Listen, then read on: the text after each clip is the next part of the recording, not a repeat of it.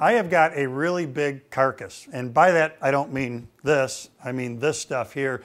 This is a built-in cabinet. It's going to end up in a bathroom, and I'm working with melamine here. What I want to talk about is some easy ways to make this go together. So first off, let's talk about the material itself. I love melamine for this because it's already finished, so I don't have to finish the project inside. When it's done, I'll only have to finish the face frame and the doors. With melamine, when I put it together, I commonly just butt the pieces together. So you'll see in the sides there are no dados or rabbets cut. So what we have to be ready to do is to screw the parts together. So you're going to want to make sure that you've got a drill and a driver set up with a countersink and a screwdriver tip to put everything together.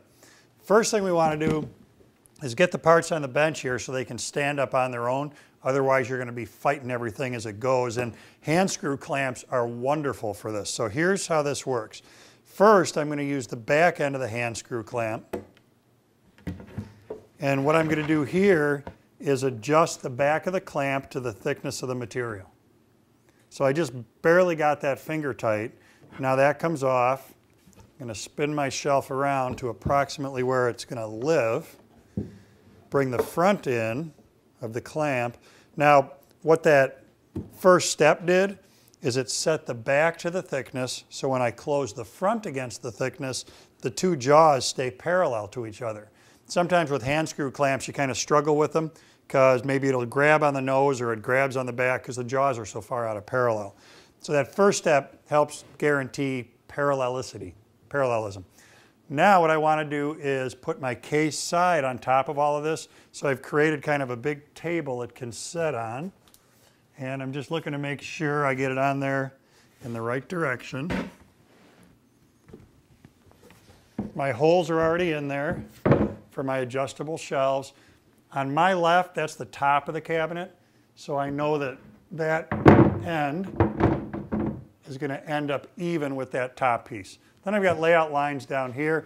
So next thing we'll be ready to do is pre-drill and then drive screws into this to get everything solidly locked together. With the case side on here, you can get some idea of what this cabinet's going to look like when it's done.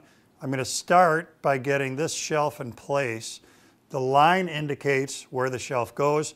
The X indicates which side of the line I should be on. Now, for fasteners, as a general rule of thumb, you want to use a fastener that's at least twice as long as what you're going through.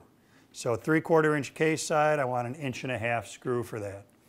It's really important that we pre-drill. It's tempting to just get on here and drive that, and although this would effectively drive that screw, what would happen is we'd probably show up a little split line right there, and we don't want that.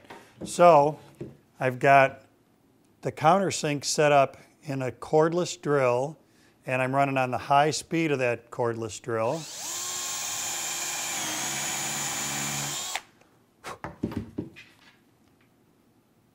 And then I'm running this in with an impact driver, which does a great job of driving that screw and pulling everything nice and tight. Now I'm not going to go back that way because I don't know yet if the back of the shelf is exactly where it should be. So I can't do that from this side. But I can do this shelf. Got to be a little bit careful. We're just a little bit of a house of cards here until we get more screws in. We don't want this whole thing to tip over. So I'm on the right side of the line. I'm right on my line. So drill and countersink first. I'm staying about 1 inch back from the edge just to make sure that even with the countersink, I don't want to get too close out here and take a chance of splitting.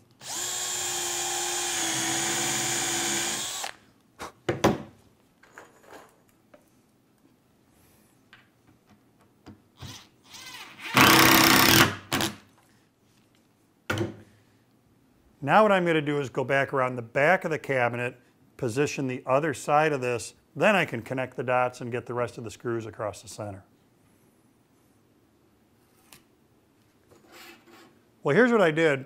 I'm using a straight edge and putting it on the center of the screw in the back and the center of the screw in the front, which are centered on my shelf, then drawing a line. That line shows me where the rest of the screws go. What I like to do is take the size of the carcass divided by 4. That's the number of screws total I want to put in here. So that means 5 screws And I'm not going to make rocket science out of this and do a bunch of calculations. I'm going to put one here in the middle by eye.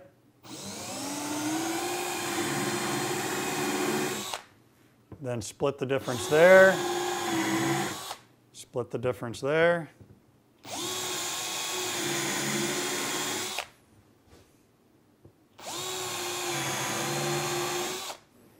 I really like using these all-in-one countersinks. And what I mean by that is that in one fell swoop, we're getting a tiny hole for the tip of the screw, a larger hole for the shank of the screw, and a countersink for the head of the screw, all in one shot.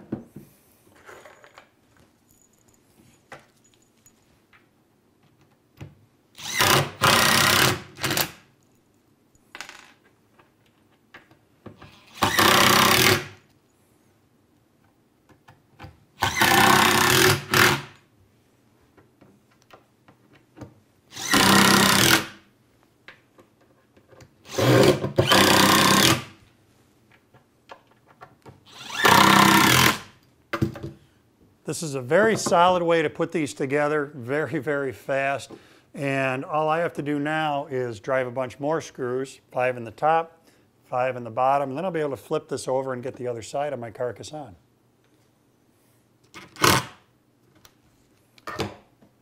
Well, there we go. I've got the second side on here, and you can really get a feel for the scope of this built-in I'm working on, how big it is. It's big pieces to work with. It's a big cabinet to work with. But with these tips and tricks, hopefully that makes your assembly, next time you're working on a Carcass, a lot easier. Now, one thing that's really handy with this number of screws is to have a dedicated drill and a dedicated driver so that you don't have to switch tips back and forth. You can just grab the right tool in order to do the drilling and grab the right tool in order to drive the screws in. So next time you're working on a big cabinet like this one, give this stuff a try, and I'm sure it's going to make it a lot easier for you.